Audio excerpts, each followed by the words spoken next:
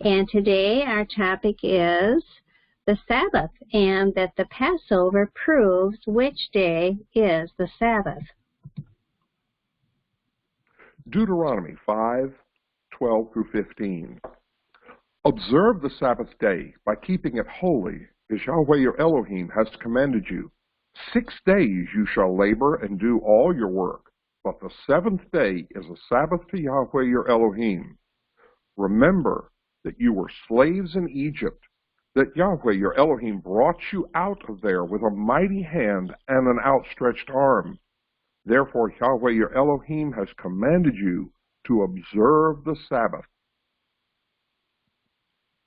So which day is the Sabbath?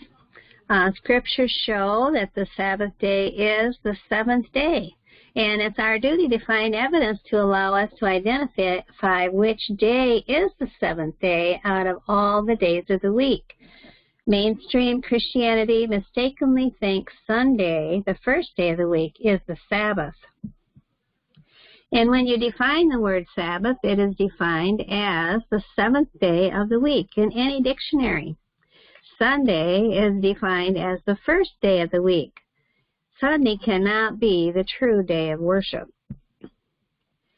The pagan names attributed to the Roman weekdays are not consistent with the days of Jehovah's calendar.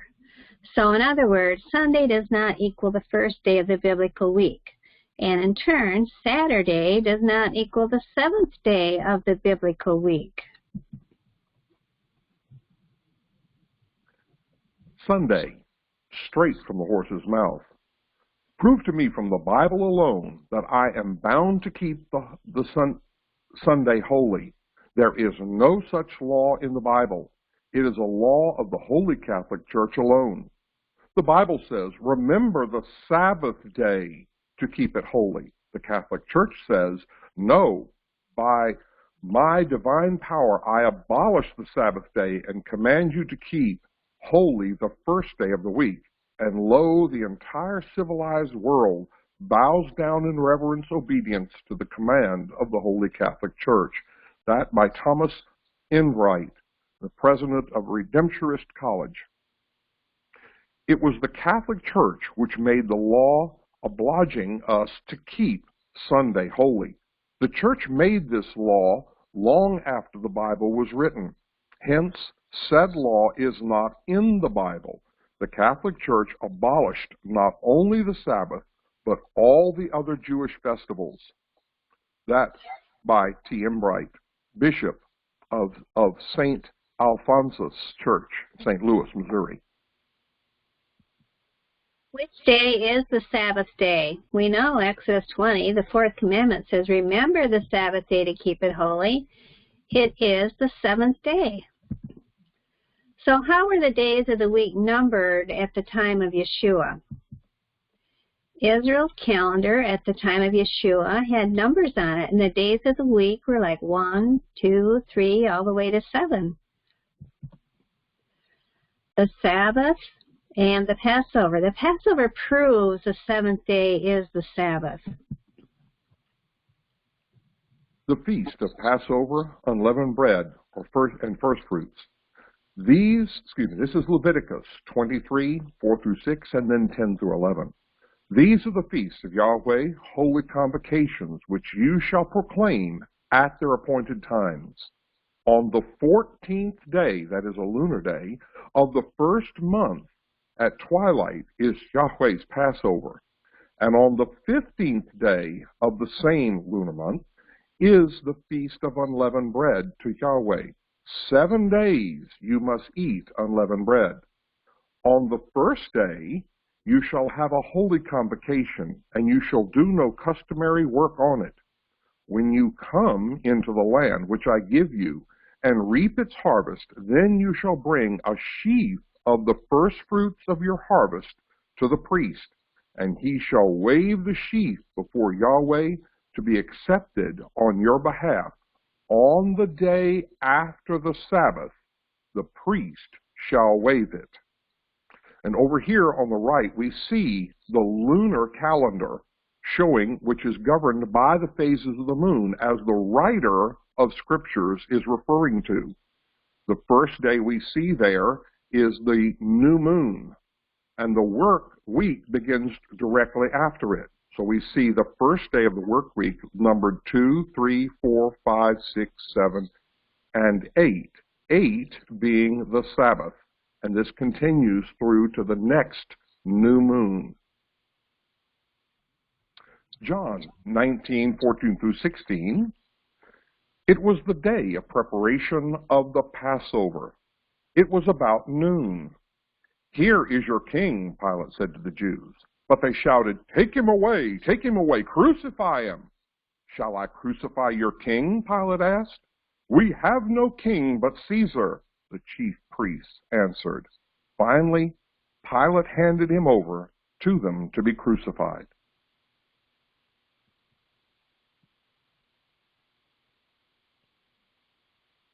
Mark also records that Joseph buried Yeshua on Preparation Day. Mark 15:46. It was Preparation Day, that is, the day before the Sabbath. So Joseph brought some linen cloth, took down the body, wrapped it in the linen, and placed it in a tomb cut out of rock. Then he rolled a stone against the entrance of the tomb. Luke and John confirm that Yeshua died on the day of preparation.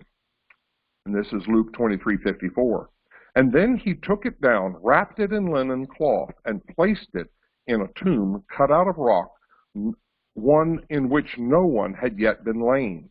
It was preparation day, and the Sabbath was about to begin.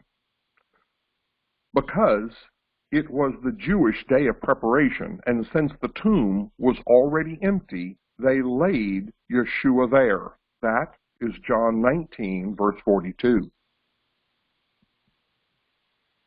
Well, Yeshua, the Passover lamb, died on Passover, the 14th day of the first month. He fulfilled prophecy. And that is also the preparation day before the Sabbath. Yeshua dies on the cross, Luke 23:44. Now it was about the 6th hour, and there was darkness over all the earth until the 9th hour. And then the sun was darkened, and the veil of the temple was torn in two. And when Yeshua had cried out with a loud voice, he said, Father, into your hands I commit my spirit. And having said this, he breathed his last. Now, behold, there was a man named Joseph, a council member, a good and just man, and he had not consented to their decision and deed.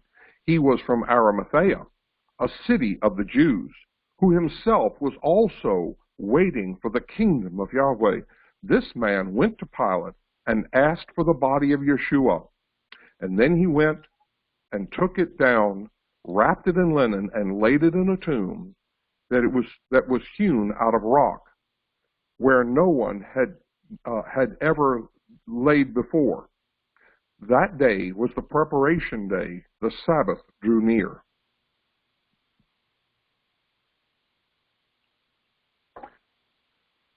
Now that we established preparation day, Passover, as the day of the crucifixion and burial of Yeshua, the day before the Sabbath, from Mark 15:42, it is simply a matter of counting to the third day for his resurrection, since Yeshua predicted and is said to have risen on the third day, which is the primary phrase in the New Testament for the day of Messiah's resurrection. Matthew 16:21 is an example. Quote, From that time Yeshua began to show to his disciples that he must go to Jerusalem and suffer many things from the elders and chief priests and scribes, and be killed, and be raised on the third day. The same wording is found in Matthew 17:23, 20:19, Luke 9:22 and 18:33 and 14:7 and 46, and Acts 10:40, and 1 Corinthians 15 and verse 4, if there's any question that this is a correct terminology. Yeah, and we did a video about that. Yeshua said he would rise on the third day, and I hope you'll go and watch that. The name of it is When Did Yeshua Rise from the Grave? At the tomb. The Bible teaches that Yeshua rose on the first day of the week. Since we know the resurrection took place on the first day of the week, this means that the seventh day is the Sabbath and is the true day of worship. There is even biblical evidence that Sunday is not the seventh day. We can see this through the resurrection of Yeshua Messiah. It is commonly taught that Yeshua was resurrected on Sunday. However, the Bible said it is the first day of the week, and that is in Matthew 28:1. Now, after the Sabbath, as the first day of the week began to dawn, Mary Magdalene and the other Mary came to see the tomb. Mark 16:9. When Yeshua rose early, on the first day of the week, he appeared first to Mary Magdalene. Luke 24:1-7.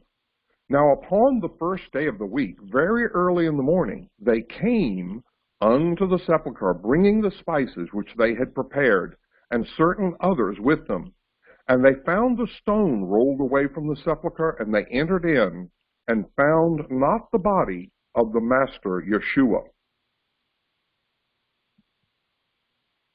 Okay, so the sixth day is the day Yeshua died. Here's the number up here, the sixth day of the week, and that also was Passover. The seventh day, Yeshua rested in the grave. He rested on Sabbath. He kept the Sabbath even in death. In the first day of the week, he rose, and that's first fruits, and it's also called wave sheaf. And that is the day of resurrection, the first day. Now we see the dates, the way they would look on a biblical calendar. Passover is the 14th. That is when Yeshua died, and that's the sixth day of the week. Sabbath, unleavened bread, that's when Yeshua rested, and that's Sabbath. That was the seventh day of the week. Then on the 16th, the first day of the week, that's when he rose, and that was first fruits. So over here, I combined them. The sixth day of the week is the 14th day of Passover. The day of Passover is the sixth day of a week. It's a preparation day. The seventh day is the Sabbath. Yeshua rested. And that's also the 15th of the month. And the first day of the week, and this is first fruits when Yeshua rose from the grave. So Passover proves which day is the Sabbath. And so I thank you for listening, and we'll be back next week, Yah willing.